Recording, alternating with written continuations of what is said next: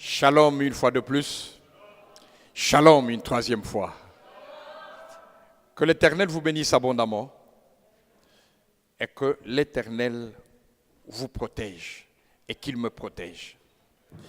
Seigneur, nous prions pour que ce soir, toi qui parles à ton peuple, que tu convainques également, afin que le message soit individualisé pour la gloire de ton nom.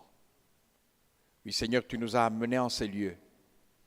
Ce n'est pas juste un rendez-vous de camaraderie, mais un rendez-vous de ton peuple avec son Dieu. Que cela soit ainsi couronné et célébré par tes anges. Au nom de Jésus-Christ. Nous lions tout esprit d'interférence. Nous lions tout esprit de distraction. Et tous les éléments de fatigue, aussi bien physiques, émotionnels que spirituels, nous les mettons hors d'état de nuire au nom de Jésus-Christ. Mon Dieu, mon Seigneur, prends la relève maintenant. Saint-Esprit, prends en charge ton peuple et que tu nous conduises. Sortant du lieu où nous sommes, conduis-nous là où nous devons être et que de là tu nous prennes pour que nous soyons réellement là où toi tu nous veux. Au nom de Jésus-Christ. Amen. Amen. Amen. Bien-aimé, que la fatigue de la semaine, que le poids de la fatigue de la semaine ne se ressente pas sur toi. Le mardi dernier, nous avons parlé de l'attitude de l'homme, la rébellion de l'homme.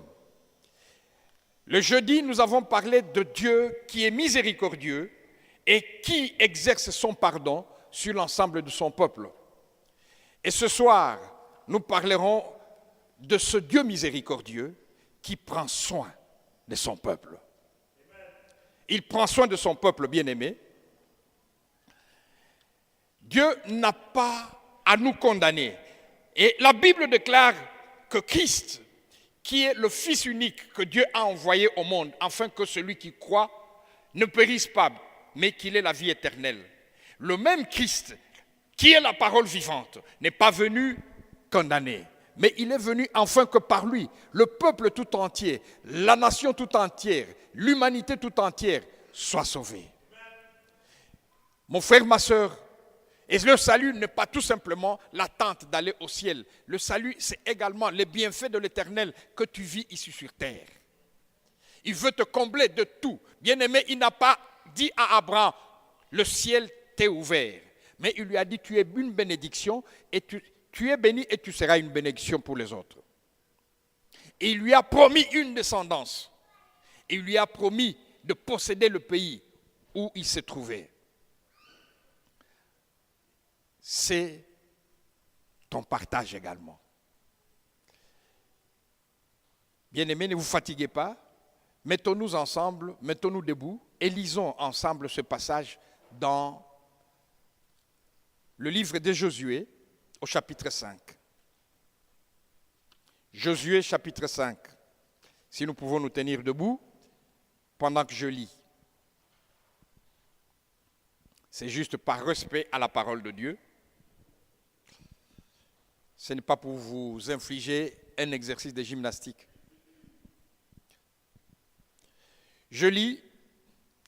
Lorsque tous les rois des Amoréens qui se retrouvaient à l'ouest du Jourdain et tous les rois des Cananéens après la mer Méditerranée apprirent que l'Éternel avait asséché l'eau du Jourdain devant les Israélites jusqu'à ce qu'ils aient traversé, ils perdirent courage et leur esprit fut abattu devant eux. À cette époque-là, l'Éternel dit à Josué, fais-toi des couteaux de pierre. Que chacun dise des couteaux de pierre. Et circoncis les Israélites sur la colline d'Aralot. Voici la raison pour laquelle Josué les circoncis. Tout le peuple sorti d'Égypte, tous les hommes de guerre étaient morts dans le désert pendant la route, après leur sortie d'Égypte. Or, tout ce peuple sorti d'Égypte était circoncis. Tandis que le peuple né dans le désert pendant la route après la sortie d'Égypte, n'avaient pas été circoncis. En effet, les Israélites avaient marché 40 ans dans le désert jusqu'à la destruction de toute la nation des hommes de guerre qui étaient sortis d'Égypte et qui n'avaient pas écouté l'Éternel. L'Éternel leur avait juré de ne pas leur faire voir le pays qu'il avait juré à leurs ancêtres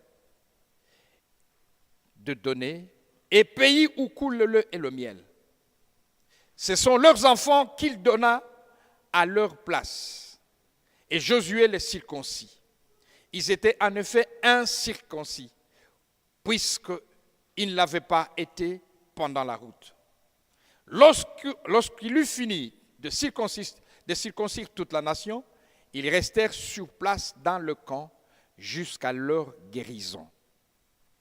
Et l'Éternel dit à Josué, « Aujourd'hui, je fais rouler loin de vous la honte de l'Égypte. » Si quelqu'un peut répéter, « Aujourd'hui, je fais rouler loin de vous la honte de l'Égypte. » Aujourd'hui, je fais rouler loin de vous la honte de l'Égypte. Et cet endroit fut appelé Gilgal jusqu'aujourd'hui. Les Israélites campèrent à Gilgal. Ils célébrèrent la Pâque le 14e jour du mois sur le soir dans les plaines de Jéricho. Ils mangèrent du blé du pays le lendemain de Pâques et des pains sans levain et des grains rôtis. Ils en mangèrent ce jour-là. La manne cessa dès le lendemain de la Pâque, au moment où ils mangèrent du blé de pays. Les Israélites n'eurent plus de manne et ils mangèrent des produits du pays de Canaan dès cette année-là. Que Dieu bénisse sa parole. Gloire à Jésus. Alors comprenons qu'après la relation de confiance entre Dieu et les premiers hommes, entre Dieu et Adam et Ève, qui était une relation de confiance, les relations qui ont été déchues à cause de la rébellion, le péché. Après la relation du salut, après la relation de faveur entre Dieu et Noé, relation qui aboutit au salut de toute une famille, après la relation de choix qui aboutit à l'alliance de sang entre le Tout-Puissant et le Tout-Nécessiteux, entre le Dieu et l'homme, entre notre Père et Abraham. Le Dieu très élevé, il décida maintenant de prendre soin d'Abraham. À l'époque, il n'était que Abraham. Il n'avait pas encore les différentes faveurs qui lui étaient déjà données, mais il ne vivait pas encore. Bien-aimé, cette faveur que Dieu a accordée à Abraham et l'alliance qu'il conclut avec lui n'était pas seulement pour lui, était aussi pour toute sa descendance. Laquelle descendance est vôtre aujourd'hui? Nous appartenons tous à cette descendance d'Abraham. Bien-aimé, Dieu décide dans cette alliance de prendre soin d'Abraham et de sa descendance. Prendre soin ne veut pas dire empêcher les épreuves, ne veut pas dire supprimer les différents coups que nous recevons dans la vie. Mais prendre soin, c'est intervenir ponctuellement chaque fois que les épreuves, chaque fois que les situations difficiles s'abattent sur nous. Il intervient dans le temps et dans les circonstances. C'est ça, prendre soin. Quand quelqu'un prend soin de vous, cela ne veut dire nullement qu'il éloigne de vous toutes les surprises malheureuses. Mais quand il prend soin de vous, c'est que lorsque ces surprises malheureuses viendront, il interviendra. Lorsque ces surprises malheureuses seront là, il est là pour vous en sortir. Et les choses ont évolué de la même façon, bien aimé, avec toute la descendance. celui qui prend soin de nous. Il est maître de temps et des circonstances. Celui qui prend soin de nous, il est appelé Elohim. Il est appelé El Shaddai. Il est appelé El Elyon. Il est appelé El Olam. C'est-à-dire le tout-puissant créateur, le créateur ou le maître de la création. Il est tout-puissant et rien ne peut lui résister. Il est très élevé et personne ne peut l'atteindre. Et il est éternel, personne ne peut le limiter. Bien-aimé, et c'est celui-là qui prend soin de nous. C'est celui-là qui nous prend en charge. Nous n'avons donc à rien faire. Vous aurez des tribulations, disait Jésus, mais prenez courage car j'ai vaincu le monde.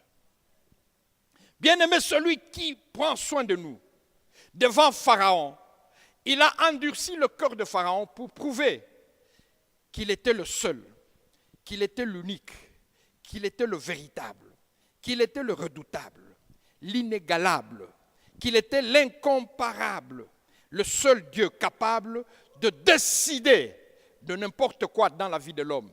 Il décide de changement. Au moment où l'homme pense que le changement ne peut pas se produire, au moment où l'homme se retrouve devant un obstacle infranchissable, bien aimé, c'est ce Dieu-là, c'est celui qui prend soin de nous, qui est le seul capable de transformer l'impossible au possible, l'incurable au curable, l'inimaginable à l'imaginable. Ce Dieu bien-aimé, devant Pharaon, il a agi. Ce Dieu, devant la mer Rouge, il a souverainement séparé les eaux. Il a souverainement changé les conditions géographiques de ce lieu-là. C'est lui qui passerait là ce jour-là, sans qu'il ait été dans le groupe israélien. Il se serait étonné. Il dit, mais comment il y a toujours eu un lac ici, il y a toujours eu de l'eau. Mais comment aujourd'hui cette eau a séché? Il a changé les conditions géographiques de ce lieu-là. Bien-aimé, dans le désert, les conditions rigides du désert n'ont pas influé sur le peuple d'Israël parce qu'ils sont l'élu de Dieu. Dans la famine, dans la soif, bien-aimé, l'Éternel a pourvu. Il a pourvu de la manne à son peuple pour qu'il mangeât. Il a pourvu à l'eau de rocher, bien-aimé, pour qu'il bût. L'eau sortie du rocher, là où aucun ruisseau, là où aucune source ne pouvait s'annoncer, c'est là où il a sorti de l'eau. Alors comprends mon frère, ma soeur, que Dieu, il est tout puissant. Alors ne doute de rien et ne sous-estime pas, parce qu'il est puissant absolument. Il est absolument puissant, bien-aimé. Il y a de ces hommes ou de ces phénomènes ou de ces groupes et même de ces associations, on les a trouvées très puissantes, des associations très puissantes. Mais bien-aimé, la puissance de Dieu, seule la puissance de Dieu est inégalable. Cette puissance, bien-aimée, devant les ennemis redoutables, devant les ennemis d'Israël, devant les ennemis des élus de Dieu, bien-aimé, Dieu a accordé des victoires après victoires sans que le peuple ait su comment ces victoires lui arrivaient. Mais malheureusement, l'homme, dans sa nature humaine, dans sa nature de la chair, il est souvent endormi. Et il a provoqué, la Bible nous dit qu'il a provoqué plus de 10 fois l'Éternel pendant leur traversée du désert. Mais il ne les a pas laissés, il ne les a pas abandonnés. Ceci prouve de la miséricorde de Dieu, ceci prouve de la bonté de Dieu, ceci prouve de sa pensée qui est réelle, une pensée de nous prendre en charge. Bien-aimés, ils ont tout fait. Il s'est fâché. Plusieurs fois, il a décidé de les supprimer. Mais plusieurs fois, il s'est ravisé parce qu'il avait suscité un intercesseur en la personne de Moïse. Bien-aimés, un deuxième point, nous devons comprendre que nous n'avons pas à sous-estimer cette puissance de Dieu. Nous n'avons pas à sous-estimer Dieu dans sa puissance, car il accomplit, il est fidèle. Et il accomplit toutes les promesses. Je ne sais pas quelle est la promesse que Dieu t'a faite. Il est prêt à l'accomplir. Il est prêt à achever la marche dans laquelle tu t'es engagé pour aller vers la promesse. C'est toi qui marches vers la promesse, mais la parole de Dieu nous dit dans Habakkuk que cette promesse est une prophétie qui va. C'est elle qui marche. C'est elle qui se déplace, c'est elle qui va vers son accomplissement. Même si elle tardait, elle s'accomplira. Elle s'accomplira certainement. La puissance de Dieu, bien-aimé, dans sa fidélité. La puissance de Dieu dans ce qu'il fait. La puissance de Dieu dans ses interventions. Même devant nos ennemis les plus redoutables. Même devant les situations les plus difficiles. Restons fidèles à Dieu.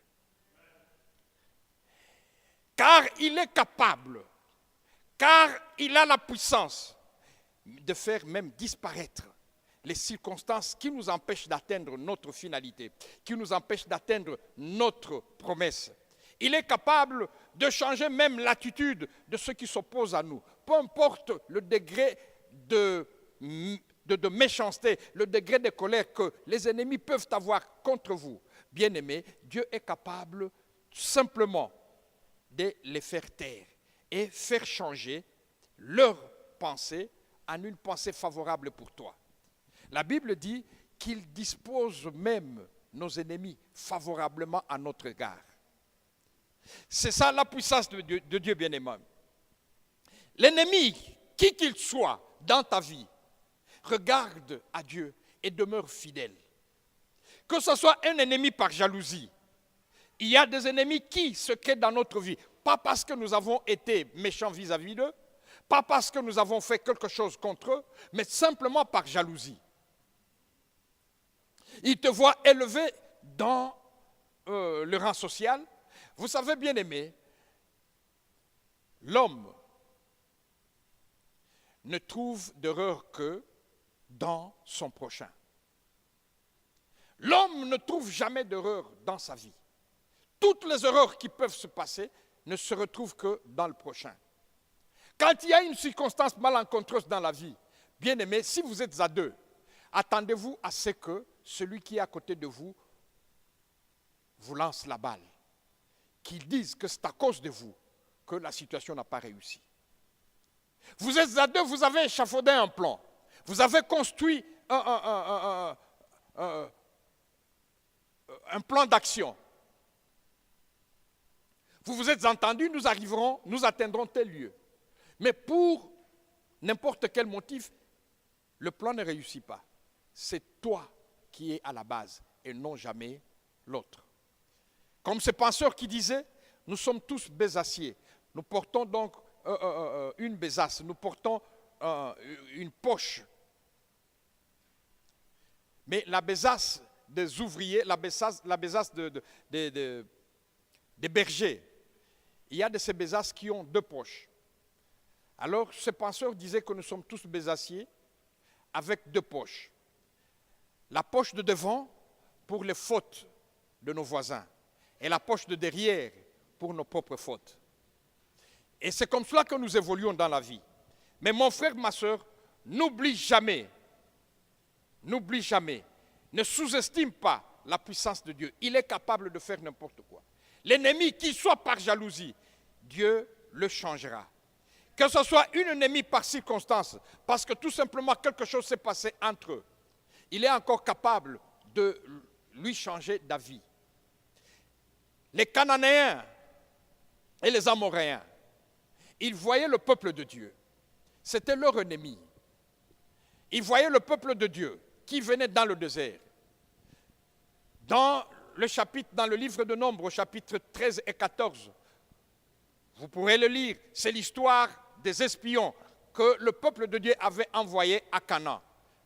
Il dit, allons voir ce qui se passe dans ce pays que Dieu nous a promis. Bien aimés, ils ont donc essayé, mais le résultat était un échec.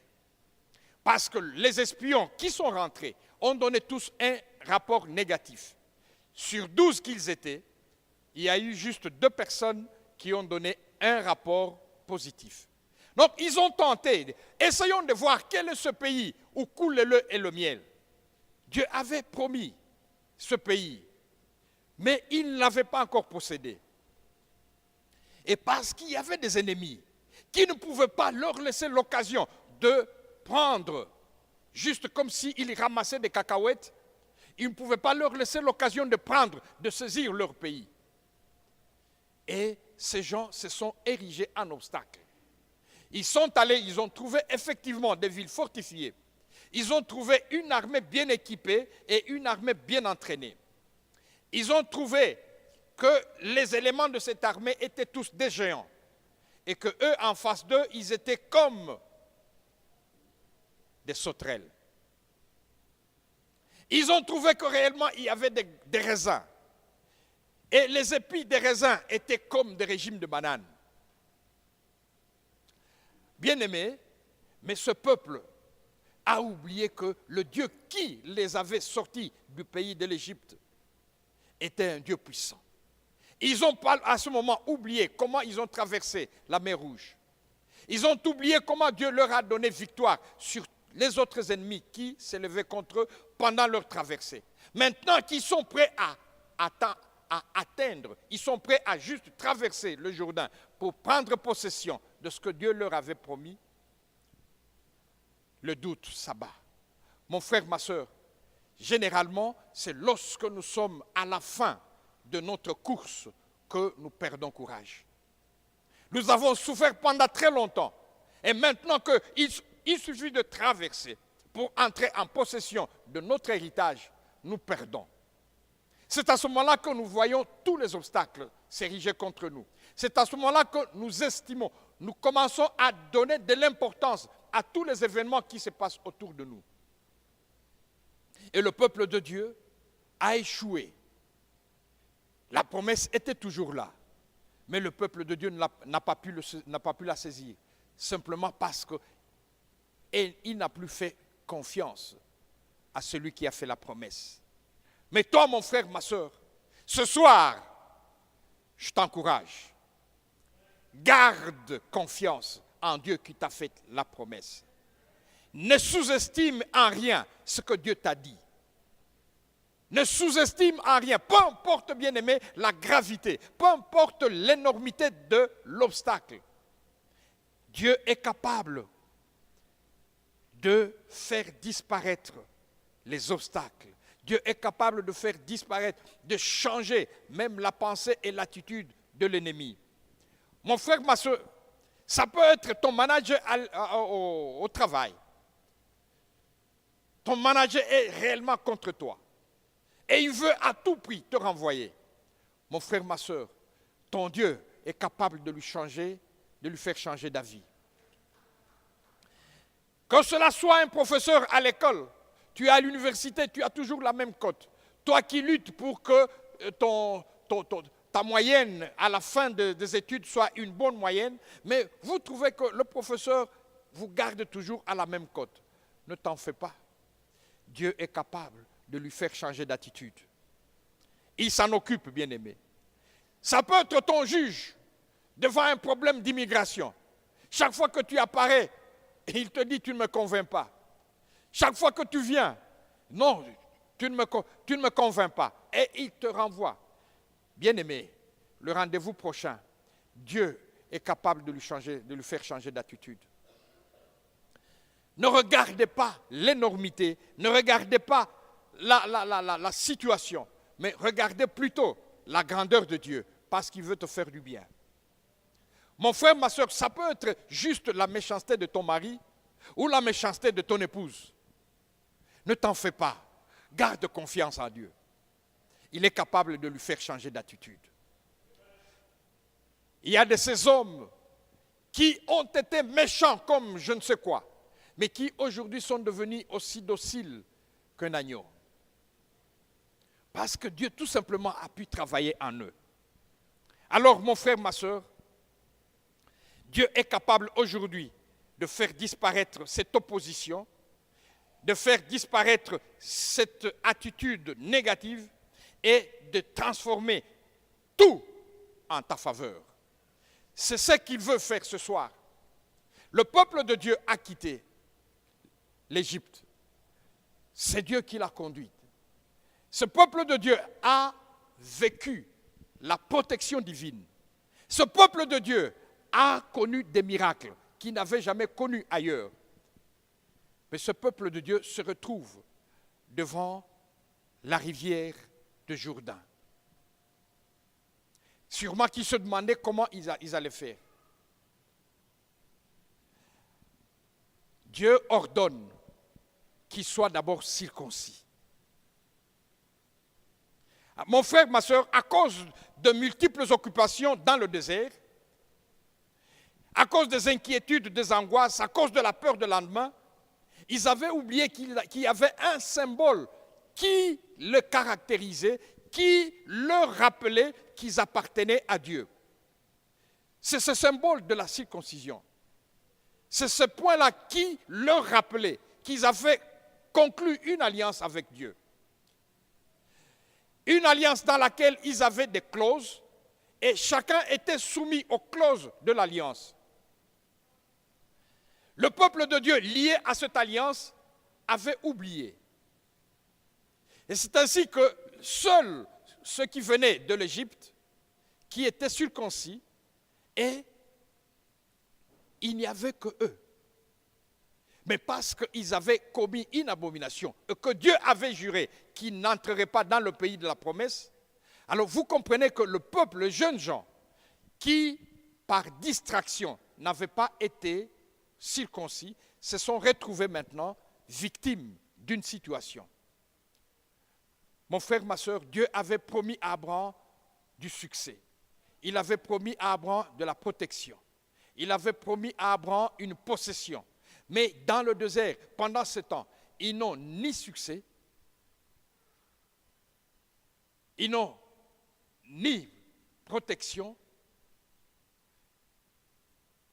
ils n'ont pas de prospérité, ils n'ont pas encore possédé le pays. Ils se retrouvent devant la rivière Jourdain. Et Dieu ordonne, il dit à Josué, prends une pierre et circoncis tous ces jeunes gens. Mon frère, ma soeur, si tu as oublié de faire ce que tu devais faire dans ta marche avec Dieu, maintenant tu devras le faire avec beaucoup plus de sévérité. Au lieu qu'ils furent circoncis par des couteaux bien limés, maintenant ils devaient être circoncis par des couteaux de pierre. Bien aimé, les pierres sont rugueuses, mais il fallait arriver à enlever le prépuce. C'est beaucoup plus douloureux. C'est une situation qu'un homme ne peut pas supporter. Bien aimé, il fallait passer à cela, parce que tous ceux qui étaient circoncis étaient morts. Et Dieu devait marcher avec son peuple présent et le peuple qui porte l'alliance, qui porte le symbole de l'alliance. Gloire à Jésus. Bien-aimé, prenons l'exemple. Tu es avec ton épouse. Vous venez de vous marier. Il y a des jeunes mariés ici. Alléluia. Frère Longo, si tu voyais un jour ta femme, elle est à côté de toi, mais elle n'a plus sa bague. Je pense que tu vas lui poser la question. Hani ou chérie, je ne sais pas comment vous vous appelez, ça gardez-le pour vous. Mais vous lui demanderez, mais où est votre bague? Ainsi, Dieu était avec son peuple. L'arche d'alliance était là, ce qui était le symbole de la présence de Dieu au milieu de son peuple. Mais le peuple était incirconcis. Le symbole de l'alliance n'était plus là. Et il a exigé que ce symbole soit avant qu'ils n'entrent en possession de leur héritage. Mon frère, ma soeur, tu es distrait et tu oublies le symbole qui doit te garder. Le symbole, aujourd'hui, bien-aimé, nous n'avons qu'un symbole, c'est la parole de Dieu. Que la parole de Dieu ne te quitte pas. Que la parole de Dieu que tu ne te éloignes pas de la parole de Dieu. Il a dit à Josué que ce livre de la loi ne s'écarte pas, ne s'éloigne pas de toi. Il faut garder le symbole de l'alliance. L'alliance est là et Dieu est toujours fidèle. Nous avons vu la fois dernière que l'homme a été rebelle. Mais parce qu'il est miséricordieux et qu'il veut toujours s'occuper de son peuple, mais il lui fait quand même une condition. Il dit, Josué, lève-toi, prends une pierre et circoncis tous ses enfants. Donc il n'y avait que Josué et Caleb qui étaient circoncis. Et Dieu tient. Il y a de ces petites choses, bien aimées, nous pensons que ce sont juste des éléments. Je ne sais pas quel est ton prépuce aujourd'hui, mon frère, ma soeur, mais Dieu veut que ce prépuce tombe. Et parce que tu ne l'as pas laissé tomber avant, maintenant il faut qu'on y passe une pierre. C'est douloureux, le sang coule, mais il faut que tu entres dans ton alliance. Il faut que tu entres dans la promesse.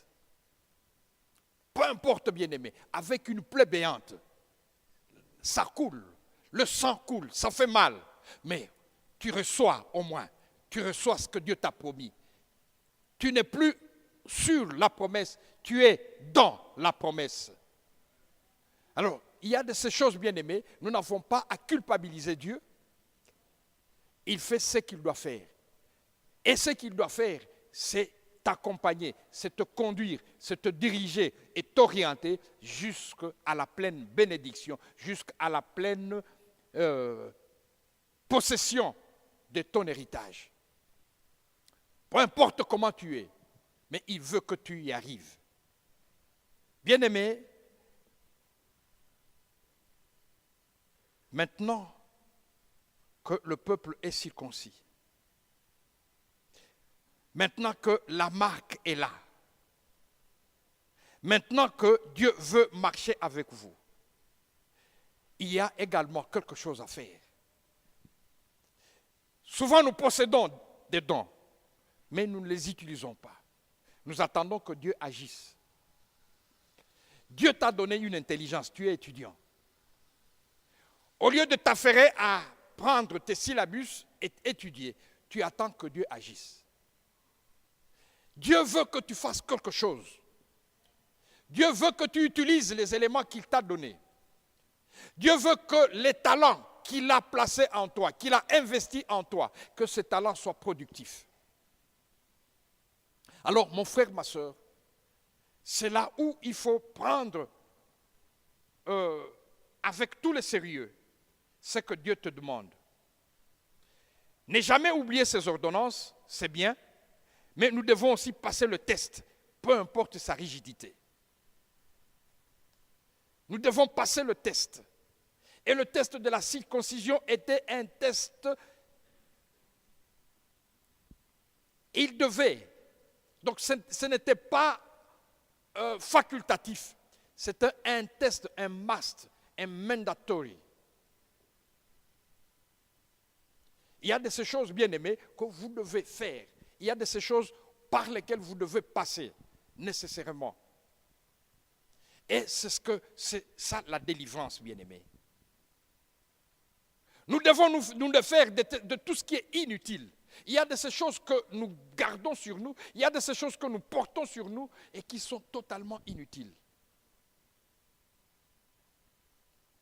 Mon frère, ma soeur, à quoi te servirait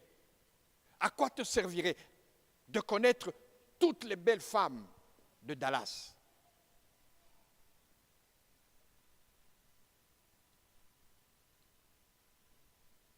Mais tu es encore dans le warehouse. Tu es incapable d'étudier, mais parce que tu chantes bien, et tous les samedis, il y a des concerts dans les bars, et c'est toi le tenant de ce concert, ben, tout le monde parle de toi. Tu connais, toutes les filles sont à ta portée. Qu'est-ce que tu as gagné? Il y a de ces choses inutiles, bien aimées, auxquelles nous accordons beaucoup trop d'importance. Si tu es une fille, à quoi servirait que tu sois la vedette? Tout le monde, tous les jeunes gens te connaissent. Bien-aimés, laissez-moi vous dire, quand tous les jeunes gens te connaissent, tu ne vaux plus rien. Tu peux être comme... j'ai lu à l'internet que Beyoncé était proclamée la plus belle femme du monde par les journaux américains. Bien-aimé, même si tel était le cas, si tu es connu de tout le monde, tu n'as plus de secret. Parce que tout le monde, oh non, oui, elle est bien belle, mais... Alors, bien-aimé, il y a de ces valeurs que nous devons sortir de notre vie. Il y a de ces valeurs du monde que nous devons carrément ignorer. À quoi servirait d'être toujours high parce que vous avez tiré quelques fumées de je ne sais quel produit? Mais comme je vous ai toujours dit, vous ne serez jamais high parce que vos pieds seront toujours au sol.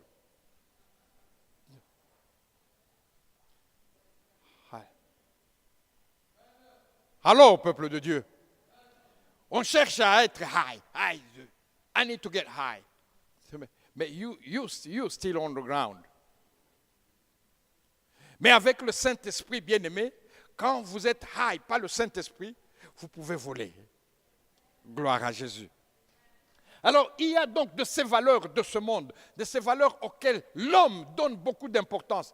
Mais il faut nous en défaire. C'est ça les prépuces. Bien-aimé, parce que tu n'as pas pu t'en défaire normalement, Dieu veut maintenant que tu t'en défasses par un couteau de pierre. Ça fera mal, mais il faut. C'est un must. Tu dois y passer, mon frère, ma soeur. Quel est ton prépuce aujourd'hui? C'est peut-être les liens ancestraux. Tu t'accroches aux liens que les ancêtres ont laissés. Les ancêtres ont dit, tu te comporteras comme ceci. Mais tu prétends être chrétien. Il y a la Bible qui te donne un mode de conduite. Mais tu t'accroches au mode de conduite ancestral. Non, chaque matin, tu dois apporter une calebasse d'eau devant un petit tabernacle qu'on a dressé là. Le tabernacle étant le lieu, la résidence de son Dieu. Et tout le matin, tu fais cela avec beaucoup d'engagement. Les liens ancestraux. Oh non, dans ta tribu, il faut que vous ayez un signe sur la tête. Dans ta tribu, il faut que vous ayez un totem. Bien-aimés, tout cela sont des valeurs à négliger parce que Christ est notre salut. C'est le seul symbole du salut que nous pouvons avoir. Il y en a qui ont comme prépuce les péchés habituels que nous venons de citer. Il y en a qui ne peuvent se passer de rien. Vous savez, bien aimé, que quand on abuse de son corps, on est assassin. Quand on abuse soi-même de son corps, on est assassin. Un assassin, c'est celui qui met fin à une vie. En abusant son corps, on réduit la durée de sa vie. Donc, on la moleste et petit à petit, on meurt. Bien-aimé, que vous ayez tué quelqu'un d'autre ou que vous ayez tué vous-même, votre propre personne, vous êtes assassin. Alors, nous avons donc ces habitudes que nous devons abandonner. Bien-aimé, ce n'est pas facile, mais nous pouvons y arriver. Gloire à Jésus. Parce que nous n'avons pas été circoncis par une lame bien aiguisée. Bien-aimé, nous devons être circoncis avec une lame de pierre. Ça peut être un problème de rejet et de rébellion dont j'ai toujours été frustré et vous gardez une amertume qui caractérise maintenant votre vie. Elle dit non, moi je ne peux pas faire ça parce que. Bien-aimé, c'est un prépuce. Il faut nécessairement le laisser tomber. Il faut nécessairement s'en défaire. Alors Dieu ordonne à Josué de tailler une pierre. Mon frère, ma soeur, aujourd'hui, Dieu ordonne que nous adressions cette parole à cette assemblée. Enfin, c'est ça, nous taillons cette pierre. Que cette parole serve de pierre, serve de couteau de pierre pour nous circoncire. Il leur donne, bien-aimés, et c'est la manière dure, c'est la manière rustique, c'est la manière très, très, très horrible. Mais nous devons subir cette circoncision. Tu entreras dans ton héritage purifié. Tu entreras dans ton héritage glorifié, mais ensanglanté. Plein de sang, plein de douleur, la douleur de la plaie. Mais bien aimé, ce n'est pas ce fait d'être sous la douleur et d'avoir une plaie qui te fragilisera. Tu demeures un homme fort. La plaie que tu portes, le sang qui coule, bien aimé, cela est ta force. Paul dira, c'est quand je suis faible que je suis fort. Bien aimé, les phénomènes que nous visitons, les phénomènes que nous voyons dans notre vie courante ne sont pas ceux qui vont caractériser notre réussite avec Dieu. La réussite avec Dieu, c'est lorsque nous marchons avec lui. La réussite avec Dieu, c'est lorsque nous nous soumettons à sa parole. La réussite avec Dieu, c'est lorsque nous oublions tout ce qui nous agace, tout ce qui nous freine, tout ce qui constitue des obstacles et la confiance, la foi totale en la puissance de Dieu. C'est pourquoi, bien aimé, même dans la prière, nous devons d'abord focaliser à la puissance de Dieu avant de focaliser nos prières à nos besoins. Nous avons des fardeaux et nous les aurons tous. Comme l'avons expliqué au début, prendre quelqu'un à charge ou s'occuper de quelqu'un ne veut pas dire supprimer toutes ces situations malheureuses. Mais c'est intervenir chaque fois que cette situation malheureuse se présente. Parce que celui qui vous supporte, celui qui vous prend en charge, celui qui s'occupe de vous, ne sera pas 24 sur 24 heures avec vous.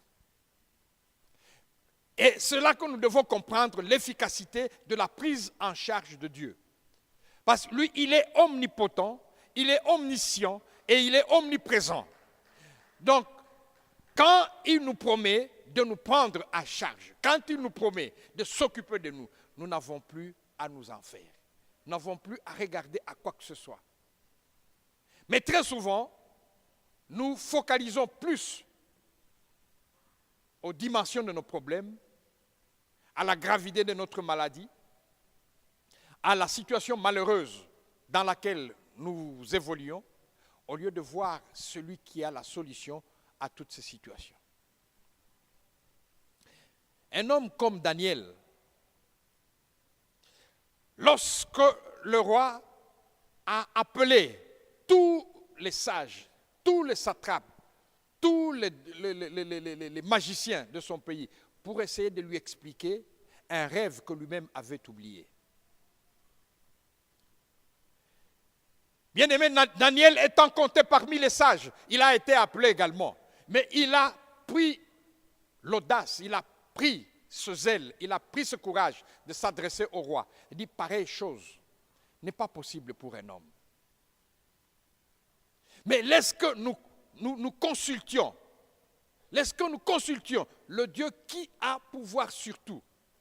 Et nous vous donnerons la réponse. Bien aimé, il n'a pas dit peut-être qu'il donnera la réponse. Mais il a affirmé, si nous consultons le Dieu qui est au-dessus de toutes choses, nous te donnerons la réponse. Bien aimé, et il a eu une vision, et c'est là qu'il a dit, tu es le maître de temps et de circonstances. Bien aimé, le temps, que ce soit le temps chronologique ou le temps saisonnier, il en est le maître. Il peut transformer l'hiver en printemps. Il peut transformer l'été en automne. Il peut tout faire, bien aimé, il en a le pouvoir. Parce que celui qui en est le créateur. Il est maître de temps en fonction chronologique. Il a arrêté la lune, le soleil, et le temps naturellement était arrêté également. Imaginez-vous, bien aimé, s'il faisait clair toute la nuit, demain matin, nous serons complètement déboussolés. Parce que nous ne saurons plus quelle heure il fait. Alors, au moment où il faut nous réveiller, c'est en ce moment-là que nous allons nous mettre à dormir. Ceux qui font les voyages intercontinentaux, ils en ont exprimé l'expérience. Ils en ont vécu l'expérience. Mais il est maître de temps et des circonstances. Et il dit que celui qui place les rois est celui qui les dégomme. Donc, Dieu a tout pouvoir. Nous n'avons pas à le limiter, en quoi que ce soit, bien-aimé. Nous n'avons pas à le limiter. Alors, lorsque tu combats, bien-aimé, ça paraissait paradoxal. Le peuple de Dieu arrive au Jourdain. C'est comme s'il voyait maintenant les ennemis ou les adversaires, il les voyait de l'autre côté du lac. Mais Dieu dit, soyez circoncis. Bien-aimé, un homme de guerre, sous la plaie de la circoncision, quel mouvement il fera? Vous vous souvenez quand on avait violé Diana, la fille de Jacob, ses frères ont trouvé une stratégie. Ils ont dit au roi, voilà, faites circoncire tous vos sujets. Comme ça, nous pourrons faire une alliance avec vous. Mais c'était une stratégie maléfique. Ce n'était pas pour qu'ils pactisent, qu'ils soient ensemble. Mais lorsque tout le peuple, tous les hommes de guerre étaient circoncis, et pendant que la plaie était encore toute fraîche, c'est à ce moment-là que les enfants de Jacob sont venus les attaquer. Et parce qu'ils étaient sans défense, ils les ont tous massacrés. Alors imaginez-vous, le peuple de Dieu se retrouve également dans cette même situation.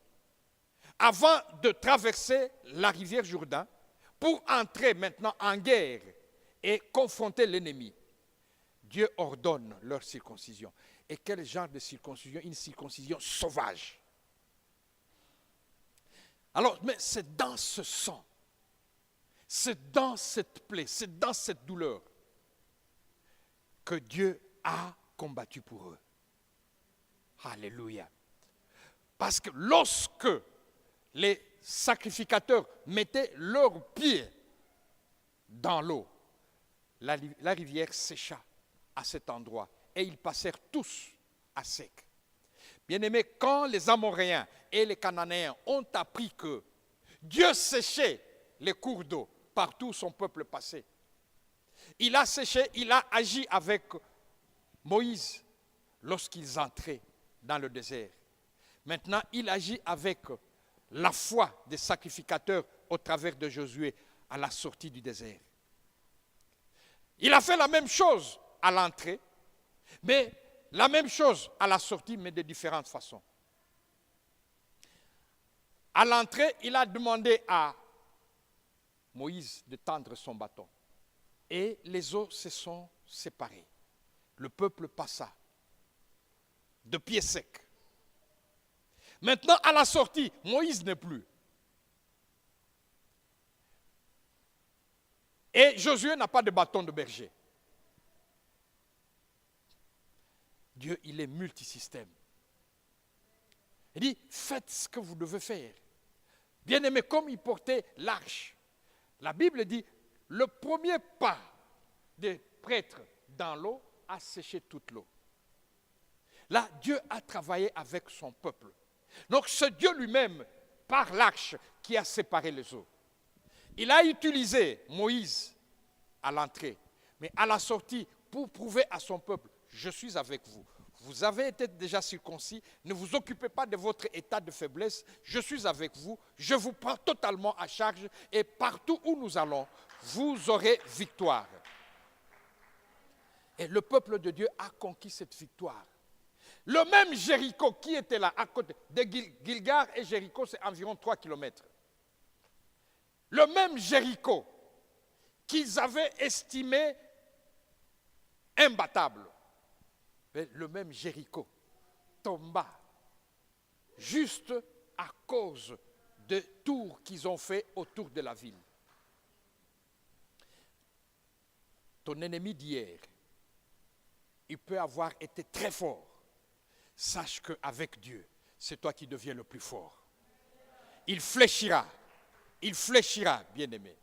Les Amoréens et les Cananéens, qui estimaient être très forts, bien-aimé, quand ils ont appris que Israël passait, parce que leur Dieu avait séché l'eau, bien-aimé, la Bible nous dit qu'ils ont perdu tout courage. Et ils se sont fondus pratiquement sans espoir, sachant que ce Dieu-là qui a fendu les eaux, ce Dieu-là fendra également leur puissance. Alors, mon frère, ma soeur, ainsi ils pouvaient voir non seulement les produits, mais entrer en possession de produits. Quand ils voyaient les raisins aussi grandes comme des grappes, comme des régimes de bananes, c'était un rêve. Mais maintenant, ils entrent pour jouir de ce produit dont ils ont tant rêvé.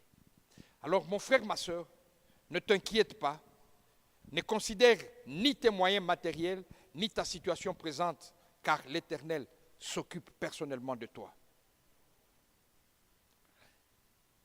L'Éternel s'occupe personnellement de toi. Tu n'as pas à avoir peur. Fais-toi tout simplement circoncire.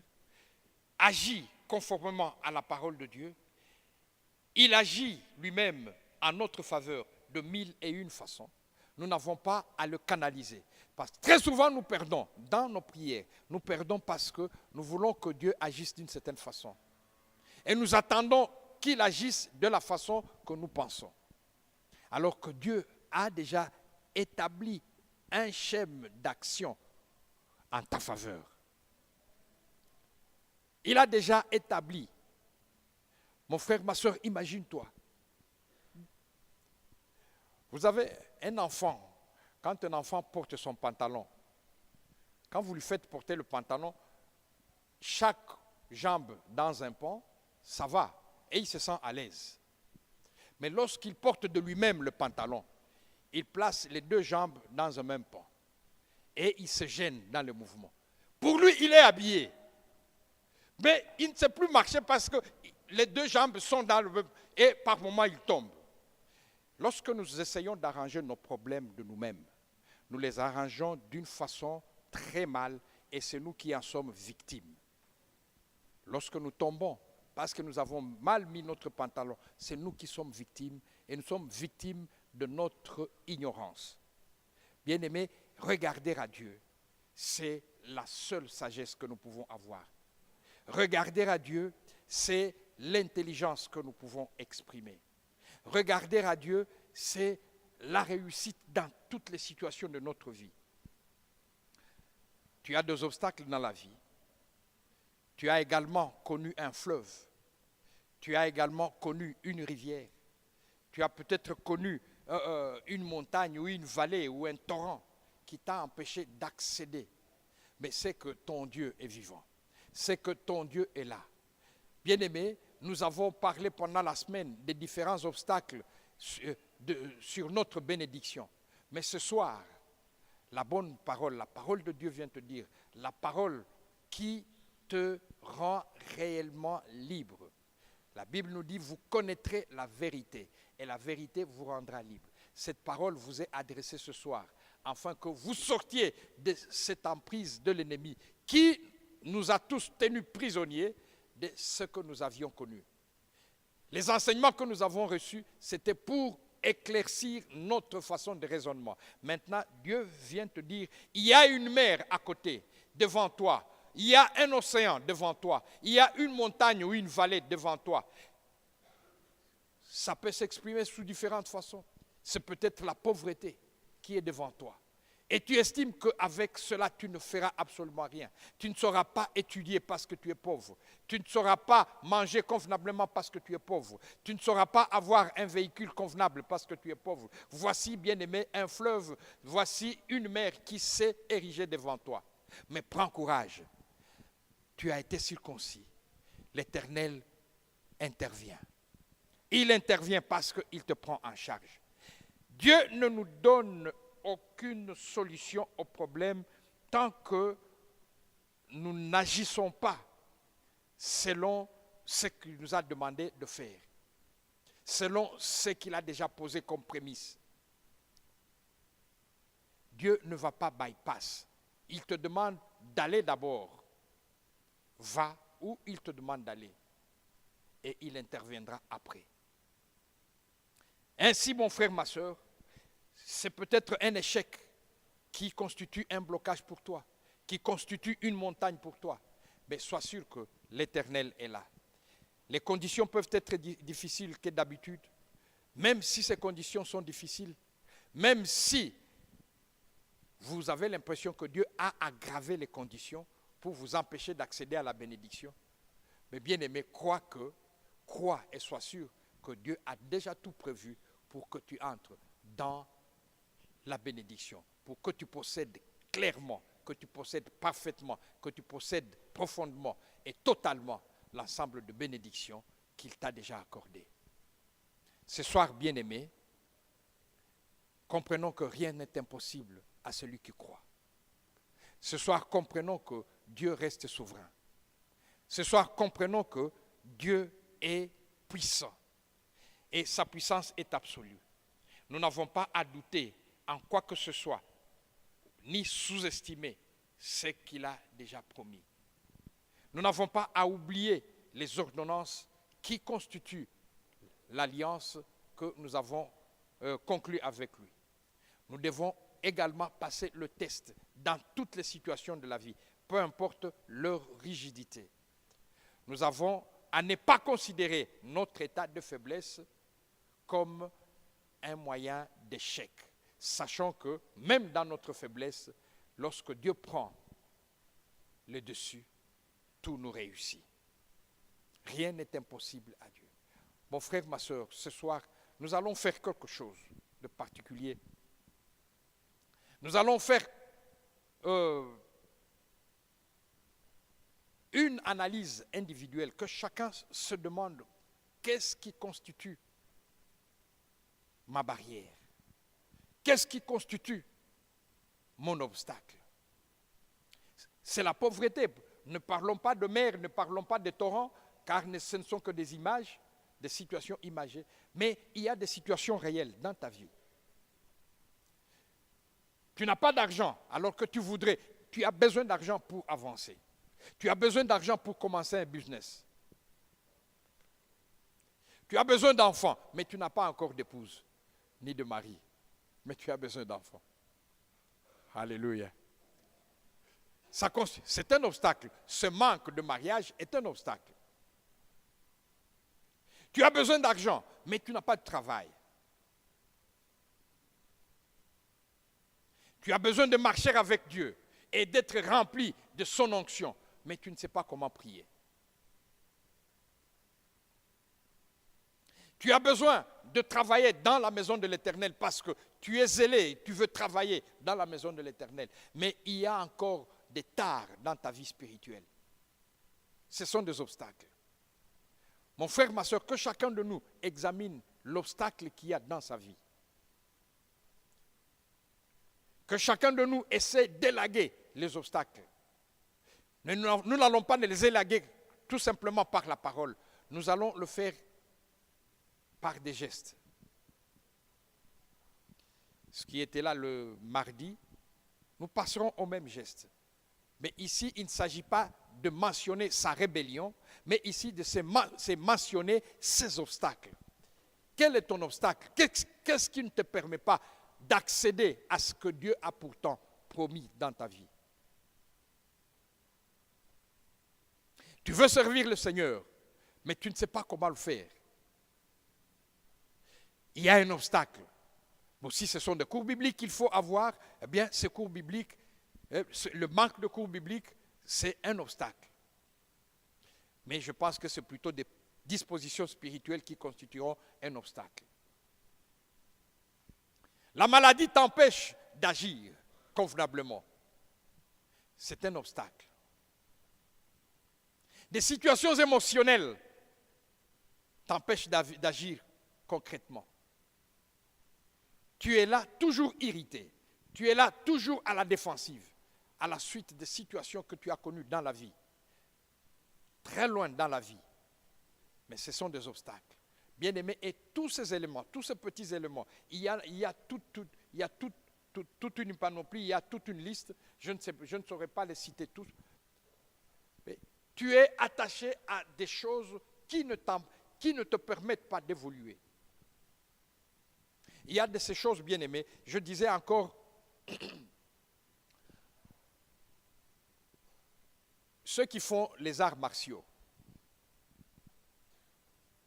le judo, le karaté, le kendo, l'aïkido, le kung, le jujitsu et que sais-je encore. Bon. C'est un moyen que nous prenons du moyen de défense. Mais bien aimé, je pense que le moyen de défense efficace que nous avons, cherchons-le dans Éphésiens 6. C'est l'armure spirituelle. C'est le meilleur moyen de défense que nous avons. Et dans ces arts martiaux, dans ces combats, bien aimés, petit à petit, on nous conduit, on nous soutire de la relation avec Jésus pour nous mener dans une autre relation.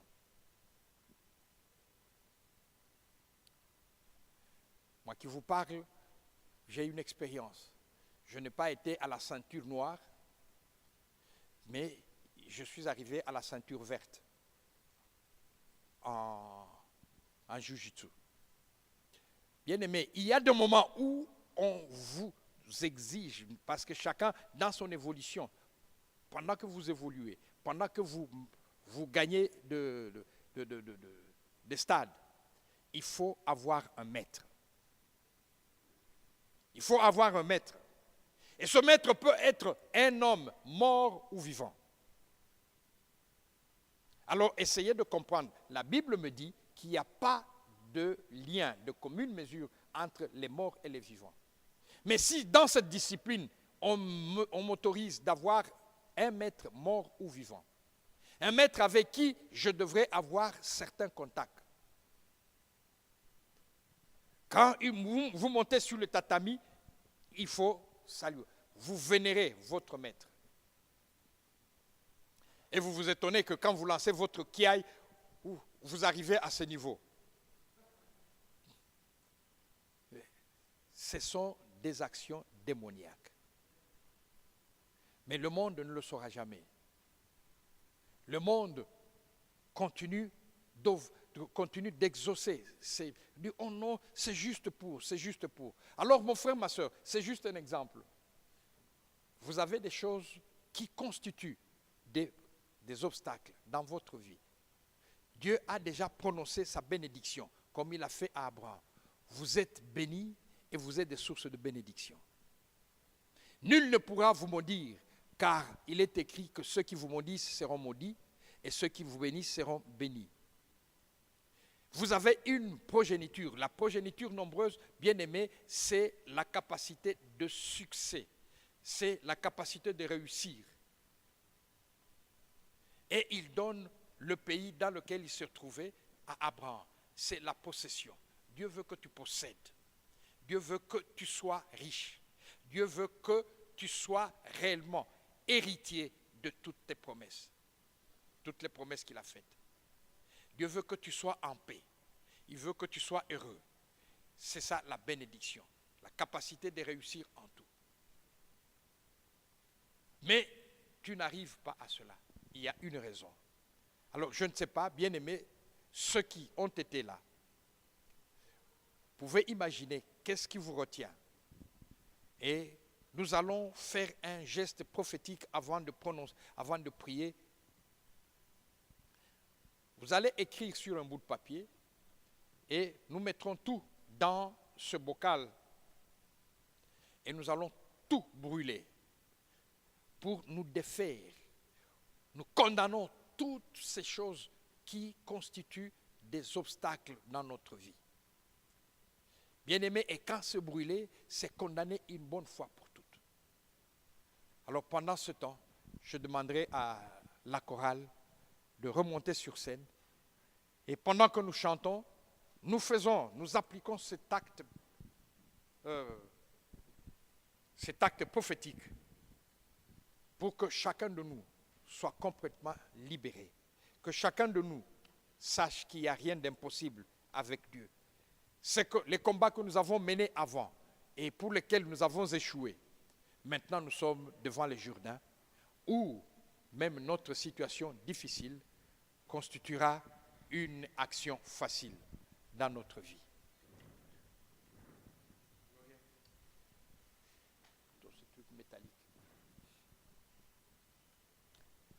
N'allons pas confondre là où nous versons nos offrandes et c'est là où nous déposons nos obstacles. Non, les offrandes sont pour nous des ouvertures pour notre bénédiction. Alléluia.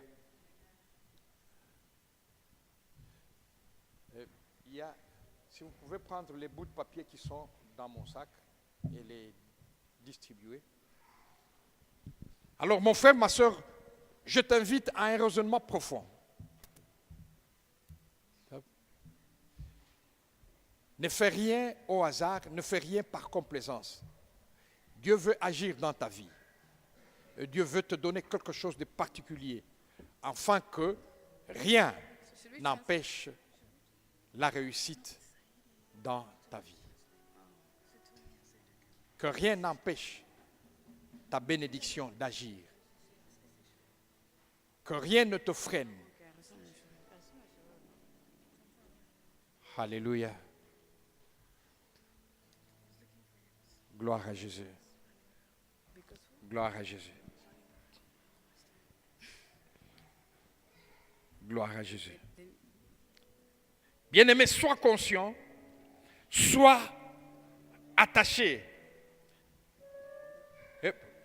sois profond en toi-même.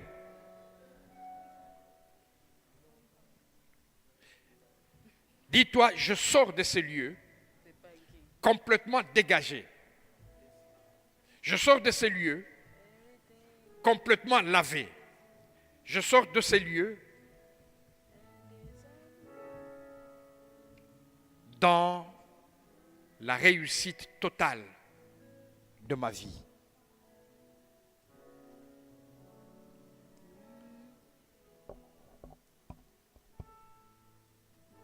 Merci Seigneur. Merci Tout-Puissant Créateur. That is not of you and is of me.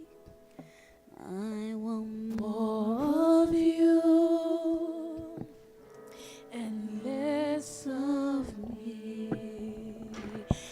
Empty me. Empty me. Fill me, won't you fill me with you?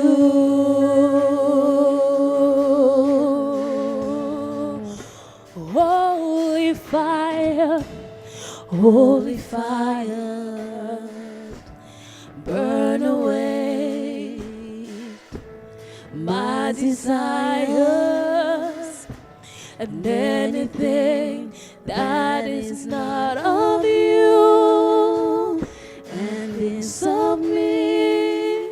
I want more of you and less of me. Empty me. Empty me. Fill me, won't you fill me with you?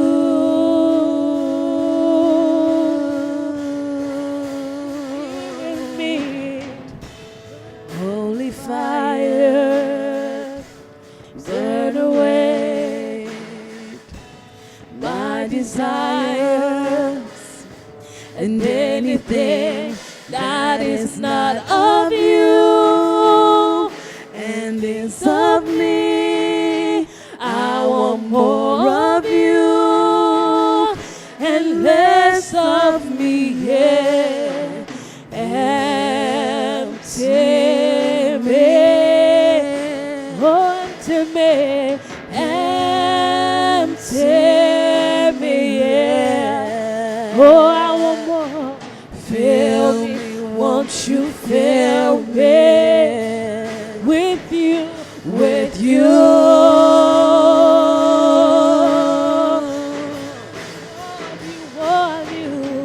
Holy fire.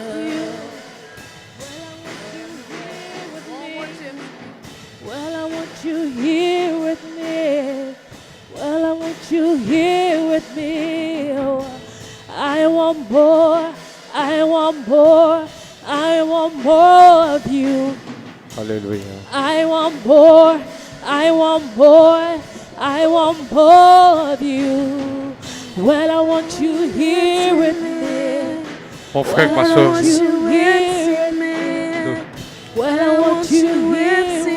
sois concentré sur ce que tu fais, mon frère. C'est très important. Sois concentré sur ce que tu fais. Ce n'est pas juste un geste pour se défaire de quoi que ce soit.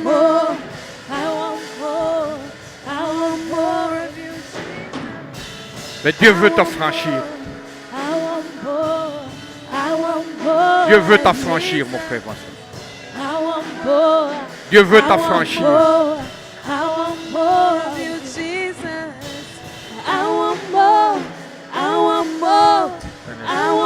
Dieu veut t'affranchir. Si tu n'avais pas été circoncis avant, mais ce soir, tu t'es fait circoncire de la manière très brutale. De la manière très brutale, mais c'est une circoncision. Tu as encore la plaie. La plaie fait mal. Le sang sort, le sang coule. Ça te fait mal. Mais mon frère, ma soeur, c'est le moment. C'est le moment. Ne regarde pas à ton état. La plaie fait mal. Le sang coule. Tu te sens complètement faible. Mais c'est le moment. C'est le moment, mon frère, ma soeur. C'est le moment où Dieu te veut.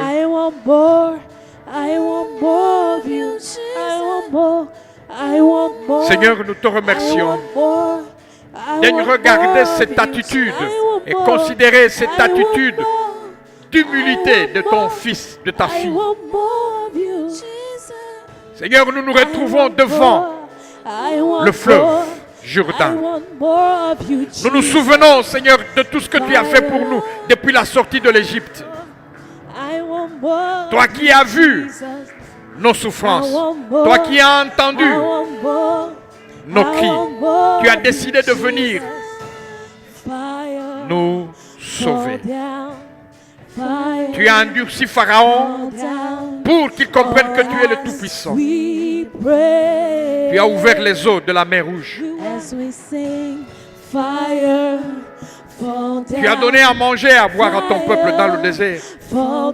Et les conditions climatiques ne les ont pas bouleversées. Nous voici maintenant, Seigneur, devant la mer Rouge. Au moment où nous avons essayé d'abattre nos ennemis par nos propres efforts, par nos propres forces, nous avons échoué, Seigneur. De la même façon que ton peuple, avec les espions qui ont été à Canaan, ils ont dit qu'ils ne pouvaient rien. L'ennemi était de loin plus fort. L'ennemi était de loin plus grand. Oui, Seigneur, c'est l'impression que nous avons, que l'ennemi est plus fort, qu'il est plus grand. Mais ce soir, Seigneur, dans notre faiblesse, ce soir, Père Tout-Puissant, au moment où nous souffrons, au moment où nous avons la plaie de circoncision, au moment où le sang coule, Seigneur, nous traversons parce que nous savons que c'est toi. Et c'est toi seul qui nous conduis. C'est toi qui nous dirige. C'est toi qui nous soutiens. C'est toi qui oriente nos pas. C'est toi, ô Père, qui combat pour nous. Nous n'avons rien à faire, sinon regarder à toi. Car c'est toi et toi seul notre force. Oui, Seigneur, nous voici par ce signe. Nous brûlons. I want more of you. I want more of you. Set a fire down in my soul that I can't contain, that I can't control. I want more of Oui, you. Seigneur, au moment où nous consumons I want more par le of you. feu, Set a tous les fire obstacles, down in nous my consumons la soul pauvreté, that I can't contain, nous consumons la can't maladie, control. nous I consumons want le chômage, more of you. nous consumons tout ce que l'ennemi a, More of you. nous consumons le célibat prolongé, nous consumons dans le nom de Jésus-Christ As we les attaques pray, des maris de nuit, we welcome les your attaques fire, des femmes de nuit. fire, Nous consumons le fall mensonge. down, Nous fire, consumons par la puissance du fall Saint-Esprit. down on us La puissance we du rejet sur nous. pray. Nous consumons, nous consumons, nous consumons Fire, fall down, tout ce que l'ennemi a apporté, tout ce que l'ennemi a essayé de faire dans notre vie, dans le nom de Jésus-Christ, dans le nom de Jésus-Christ de Nazareth, dans le nom de Jésus-Christ de Nazareth. Nous brûlons, nous calcinons tout ce que l'ennemi a placé dans la vie de mon frère. Nous consumons l'amertume qui ne nous a pas permis de faire quoi que ce soit. Dans le nom de Jésus-Christ de Nazareth. Nous consumons le manque de succès dans les études. Nous consumons les décisions que l'ennemi a essayé d'apporter. Et nous renversons toutes les stratégies et les modes d'opération. Toutes les stratégies et les modes d'opération. Nous les consumons dans le nom de Jésus-Christ de Nazareth. Nous les consumons dans le nom de Jésus-Christ de Nazareth. Nous détruisons tout ce qui a été sémé par ruse dans la vie de mon frère, dans la vie de ma soeur. Tout ce qui a été mis par ruse au nom puissant de Jésus-Christ de Nazareth. Seigneur Dieu Tout-Puissant, laisse que tout soit consumé et réduit en cendres dans le nom de Jésus-Christ. Là où nos ennemis se sont mis dans le plaisir, dans la joie, parce qu'ils nous ont trouvés victimes de leur stratégie. Seigneur, nous détruisons dans le nom de Jésus-Christ. Les liens de sang, les liens d'association, les liens par affinité, nous détruisons dans le nom de Jésus-Christ de Nazareth. Seigneur, nous sanctifions la vie de mon frère, nous sanctifions la vie de ma soeur, nous sanctifions la vie de nos familles, nous sanctifions la vie de l'Église, afin que toi seul, ô Seigneur, nous conduise dans la paix et dans la joie. Au nom puissant de Christ Jésus de Nazareth. Mon Dieu, mon Seigneur, à l'issue de cet exercice que tu as agréé, nous venons dans ta présence, Seigneur, au nom majestueux de ton Fils bien-aimé. Si nous pouvons nous tenir debout. Oui, Seigneur, c'est Christ qui est notre Sauveur, notre Seigneur. Et en son nom, nous venons te demander de remplir ces lieux de ta sainte présence par la puissance du Saint-Esprit au nom de Jésus-Christ. Veux bien couvrir, ô Seigneur, tes fils et tes filles rassemblés en ces lieux par le sang précieux et immaculé de Jésus-Christ de Nazareth. Et nous remettons tout sous ton contrôle entier. Toutes les circonstances de ce travail délicat selon ton mandat divin. Seigneur, nous plaçons sous ta protection divine et sous ta sécurité céleste tous ceux qui sont venus à toi en apportant des problèmes de mariage, des problèmes de famille, des problèmes de finances, des projets d'entreprise, des projets de ministère. Oui, Seigneur, que tout soit sous ta protection au nom de Jésus-Christ. Nous te demandons également qu'une sainte protection soit assurée dans cette salle. Qu'une sainte protection soit assurée sur ce bâtiment.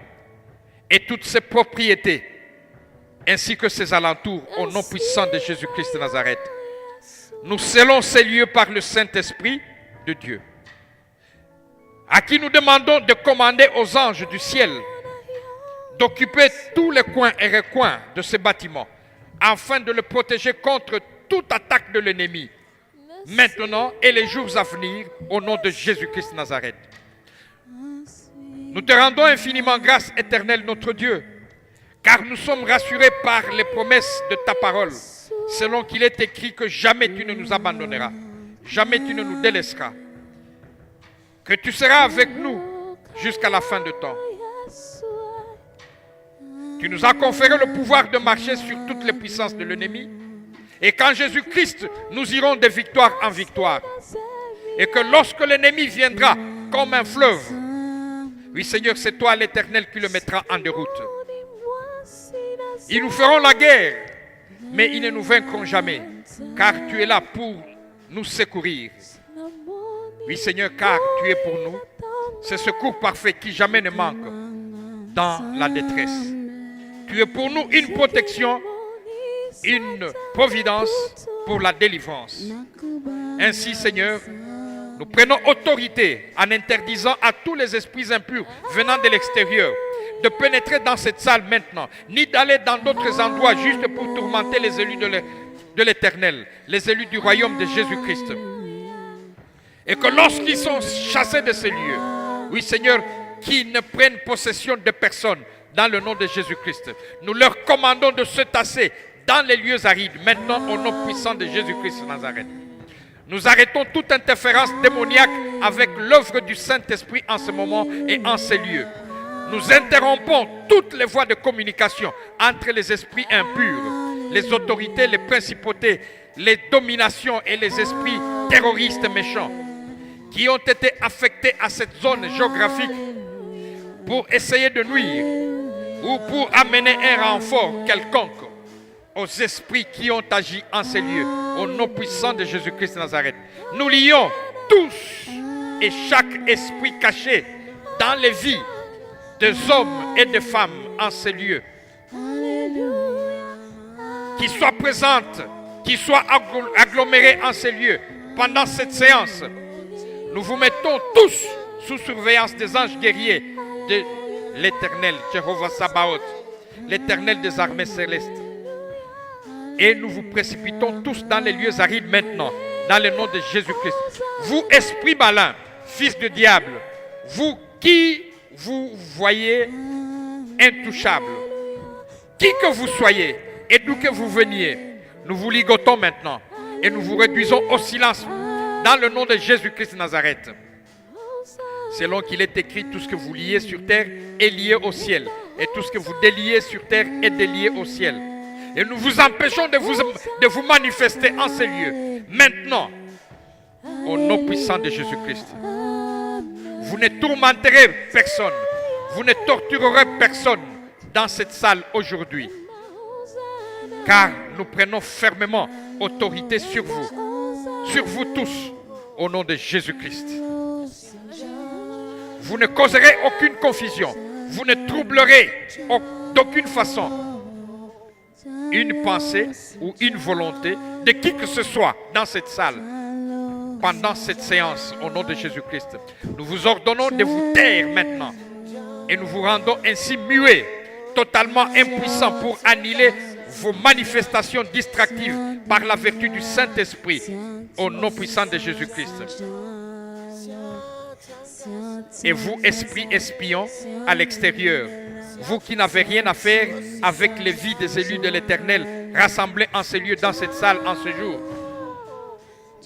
Nous vous intimons maintenant l'ordre, sans négociation, de déguerpir de ces lieux, de déguerpir de leur vie et de ne plus jamais y revenir sous aucun prétexte, maintenant au nom de Jésus-Christ. Nous renversons toutes vos stratégies diaboliques. Nous coupons sans réserve toutes vos lignes de communication avec Satan. Et nous vous fermons la porte d'accès en ces lieux dans le nom de Jésus-Christ. Nous chassons de ces endroits tous les esprits méchants qui y ont opéré de loin ou de près, directement ou indirectement, au nom puissant de Jésus-Christ de Nazareth. Père céleste, souverain créateur, daigne te souvenir de chaque confession, de chaque renoncement et particulièrement de ce geste prophétique que nous venons de faire pour brûler tout ce que l'ennemi a placé dans notre vie. Tous les obstacles qui nous empêchent d'aller dans le champ de notre bénédiction. Seigneur, daigne recevoir la pensée de chaque enfant en ces lieux. Tu as entendu chacun d'eux, Seigneur, combien ils ont imploré ton pardon dans l'humilité et la sincérité. Nous te disons merci pour le pardon de tous leurs péchés et des miens, là où nous avons ouvert la porte d'accès à l'ennemi, là où nous avons donné à Satan lui-même le droit légal d'agir dans nos vies. Seigneur, nous te disons merci, car tout est désormais remis en ordre et totalement sous le contrôle de Jésus-Christ de Nazareth, notre Seigneur. Nous extirpons ainsi maintenant de nos vies toutes les gens et les racines du mépris de Dieu, notre Père, de l'ignorance du Sauveur Christ, la seule référence de notre identité. Oui, Seigneur, nous annulons la vie de manque de pardon, la vie de rejet, de ressentiment, de l'amertume et de l'abus, de la frustration et de la rébellion, de l'orgueil et de la haine, des péchés de la chair et des effets des péchés de nos ancêtres dans toutes les malédictions au nom de Jésus-Christ. Nous brisons et nous détruisons tous les liens de sang, les liens d'association, les liens d'affinité, les liens d'alliance, les liens d'âme tissés par l'occultisme, par l'idolâtrie, par la superstition, par des religions, par des philosophies et le faux christianisme maintenant dans le nom de Jésus-Christ. Seigneur notre Dieu et notre Père, après la confession, après le renoncement, après la repentance de nous tous, tes enfants, sur toutes les situations exécrables que nous déclarons aujourd'hui. Seigneur, nous arrachons le droit légal de se développer dans nos vies, car ils n'ont obtenu aucun droit, mais nous avons vécu par ta miséricorde. Seigneur, nous sommes les rachetés par la puissance du Saint-Esprit en action présentement ici, au nom de Jésus-Christ. Nous en appelons à l'assistance du Saint-Esprit de Dieu et nous demandons le feu du ciel de consumer totalement jusqu'à la racine tous les vestiges sataniques dans les vies de nos frères, dans les vies de nos sœurs, dans notre propre vie. Humblement rassemblés en ces lieux, Seigneur, nous commandons au feu céleste, le feu du Saint-Esprit, le feu qui calcine, le feu qui embrase et le feu qui détruit sur tout son passage, le feu de la rétribution. Nous proclamons le feu de vengeance de l'Éternel de descendre et d'agir en ces lieux pour consumer et réduire en cendres toutes les implantations sataniques opérées dans nos vies. Le vide est racheté du sang de l'agneau au nom de Jésus-Christ. Nous annulons ainsi tous les effets et toutes les formes d'idolâtrie dans nos vies. Et nous condamnons toute source de peur depuis ses racines au nom puissant de Jésus-Christ de Nazareth. Nous abattons l'arbre de l'adultère spirituel et nous enterrons les fruits, nous les écrasons. Nous écrasons ces graines au nom puissant de Jésus-Christ. Nous condamnons au dessèchement complet et définitif tous les arbres de dépression, d'angoisse, de chagrin, de soucis et de culpabilité en rapport avec les situations du passé au nom de Jésus-Christ. Et en vue de la proclamation solennelle de Jésus-Christ, le Messie, l'admirable conseiller, le Dieu puissant, le Père éternel, le Prince de paix, selon qu'il est écrit, ce que tu liras sur terre sera lié dans les cieux, et ce que tu délieras sur terre sera délié dans les cieux. Ainsi, nous annulons les effets de l'arbre généalogique dans les vies des enfants de Dieu ici présents et dans ma propre vie au nom puissant de Jésus-Christ. Et j'ordonne sa chute et je le consume par le feu du Saint-Esprit au nom puissant de Jésus-Christ. Tout arbre qui ne produit pas de fruits sera coupé et jeté au feu. Maintenant, dans le nom de Jésus-Christ de Nazareth, Seigneur notre Dieu, dans le nom majestueux de Jésus-Christ, ton Fils bien-aimé, notre Rédempteur, nous annulons chaque serment et chaque vœu, chaque pacte, chaque contrat, chaque alliance qui a été fait par nos parents ou par nos ancêtres ou par nous-mêmes avec des fausses religions ou avec des sectes et autres sociétés ésotériques, avec des démons ou des personnes qui les représentent ou avec Satan lui-même. Nous brisons dans le nom de Jésus-Christ Nazareth. Et nous révoquons et nous détruisons le pouvoir de chaque parole prononcée ou écrite contre nous au nom puissant de Jésus-Christ. Nous brisons toutes les chaînes constituant les liens connus ou inconnus, volontairement ou involontairement, consciemment ou inconsciemment, au nom puissant de Jésus-Christ. Nous commandons à tous les idoles qui sont sujets d'adoration dans nos familles de tomber maintenant au nom puissant de Jésus-Christ. Nous révoquons tout acte d'adoration qui aurait témoigné de notre isolation contre nos frères, pour les accuser. Nous les consumons par le feu céleste au nom puissant de Jésus-Christ. Et maintenant, Seigneur, nous nous adressons à toi, Seigneur Dieu notre Père, éternel Dieu d'Israël. Nous nous adressons à toi afin d'effacer toutes les malédictions subies ou héritées qui ont déjà été détruites. Et nous les remplaçons par des bénédictions célestes au nom de Jésus-Christ. Parce que tu es pour nous le Dieu jaloux qui punit les fautes des pères sur le fils jusqu'à 3e et 4e génération pour ceux qui te haïssent. Mais tu uses de bienveillance jusqu'à 1000 générations pour ceux qui t'aiment et qui gardent tes commandements. Nous commandons à toutes les bénédictions divines de pleuvoir dans ces lieux, de pleuvoir dans la vie de mon frère, dans la vie de ma soeur, pour couvrir toute leur descendance jusqu'à 1000 générations, au nom puissant de Jésus-Christ. Mon frère, ma soeur, recevez, selon la parole de Dieu, le Tout-Puissant Créateur, au nom de Jésus-Christ. Recevez la fécondité. Recevez la santé ferme. Recevez la guérison et le succès en tout. Recevez la victoire sur tous les ennemis qui s'élèveront contre vous. Recevez les faveurs de l'Éternel. Recevez la prospérité matérielle et financière. Recevez la restauration complète. Recevez l'élévation sociale dans tous les secteurs. Éternel notre Dieu, le Dieu d'Abraham, le Dieu d'Isaac, le Dieu d'Israël, nous venons humblement devant ta face et nous te présentons toute l'assemblée en ces lieux, tes fils et filles, ainsi lavés et purifiés par le sang de l'agneau, pour le renouveler totalement et établir ton plan souverain dans leur vie, afin d'accomplir leur destinée selon ta définition souveraine. Daigne restaurer, ô Seigneur, ta sainte onction sur mon frère, sur ma soeur ici présent, et les reprendre dans ton appel sur leur vie. Daigne greffer chacun de nous, ô Dieu, sur la vraie vigne qui est Jésus-Christ, et donne-leur le Saint-Esprit d'adoration, par lequel nous crierons tous Abba Père, selon le passage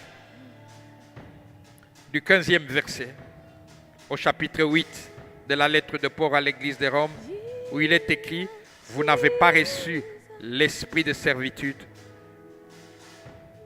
pour être encore dans la crainte, mais vous avez reçu l'esprit d'adoption par lequel nous crions tous Abba Père. Cher Saint-Esprit de Dieu, daigne envelopper tes enfants de la couverture de tes meilleures faveurs et daigne les remplir du Saint-Esprit. Que ta sainte onction coule à flot sur eux, de la tête jusqu'aux pieds, et qu'ils soient appelés des térébintes de la justice.